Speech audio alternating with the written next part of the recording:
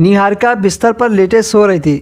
तभी उसे ऐसा एहसास हुआ जैसे कोई उसके बिस्तर पर उसके साथ लेटा है।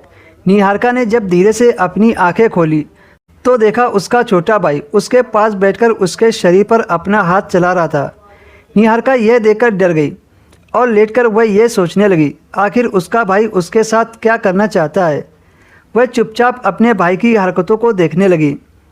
निहारिका के मन में अपने भाई को लेकर कई सारे सवाल उठ रहे थे। आखिर उसका अपना भाई ऐसी हरकतें क्यों कर रहा है। वह अपने भाई के मकसद को समझ नहीं पा रही थी और नींद का बहाना करके उसकी सारी हरकतें देखना चाहती थी। तभी निहारिका ने कुछ महसूस किया कि वह नींद में उसे कुछ खिलाने की कोशिश कर रहा है। निहारिका अपने होठ बंद किए थे लेकिन फिर भी वह उसे कुछ खिलाने की कोशिश कर रहा था कि निहारिका कुछ खा ले। निहारिका ने कुछ सोचकर जानबूझकर नींद में एहसास दिलाकर अपने थोड़े से होठ खोल दिए।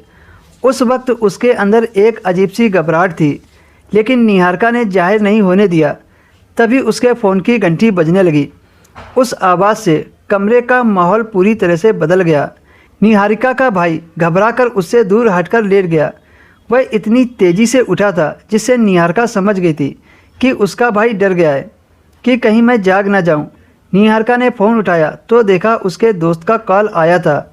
निहारिका ने फ़ोन को रिसीव नहीं किया और साइलेंट पर लगा दिया क्योंकि निहारिका का ध्यान अपने भाई पर था। लेकिन तब तक निहारिका का भाई रवि कमरे से बाहर चला गया था। निहारिका सोच रही थी कि उसे अपने भाई से इस बारे में बात करनी चाहिए या फिर छोटा समझकर अनदेखा कर दे। निहारिका अपने विचारों में काफ़ी उलझ गई थी। निहारिका ने सोचा अगर मैंने अपने भाई को आज नहीं डांटा तो यह घटना दोबारा से भी हो सकती है। लेकिन अगर वह कहती है तो भाई बहन का रिश्ता हमेशा के लिए ख़त्म हो जाएगा। लेकिन निहारिका को कुछ न कुछ तो करना ही था।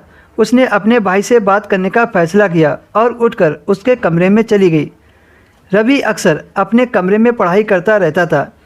जब वह रवि के कमरे के पास पहुंची तो देखा उसके कमरे का दरवाज़ा आधा खुला था। निहारिका ने अंदर झांककर देखा तो उसकी आंखों के सामने ऐसा मंजर था जिसे देखकर उसकी आंखें खुली की खुली रह गई थी। रवि अपने बेड पर लेटकर कुछ ऐसा कर रहा था जो अब तक शायद उसने अपने भाई का ऐसा रूप नहीं देखा था। निहारिका तो रवि को छोटा समझ रही थी पर उसे क्या पता था कि उसका भाई अब बड़ा हो गया है। निहारिका 2 मिनट तक अपने भाई को उस काम को करते देखती रही। निहारिका को देखते रवि ने देख लिया और जल्दी से शांत होकर बैठ गया और निहारिका को अंदर आने को कहा। जब निहारिका अंदर गई और भाई से पूछा तुम ये क्या कर रहे थे, रवि कहने लगा दीदी पापा से कुछ मत कहना। दरअसल मैं तुम्हें बहुत पसंद करता हूँ और तुम्हें पाना चाहता हूँ। अब मैं छोटा नहीं रहा, मुझे भी इसकी ज़रूरत समझ में आने लगी है। तुम तो अपने बॉयफ्रेंड के साथ मिलकर अपनी इच्छा पूरी कर लेती हो पर मैं क्या करूं? निहारिका ने अपने भाई की मजबूरी समझी और भाई का अकेलापन दूर करने में उसका साथ देने लगी। निहारिका पहले से ही जानती थी कि यह उसका अपना सगा भाई नहीं है। मम्मी पापा ने उसे गोद लिया है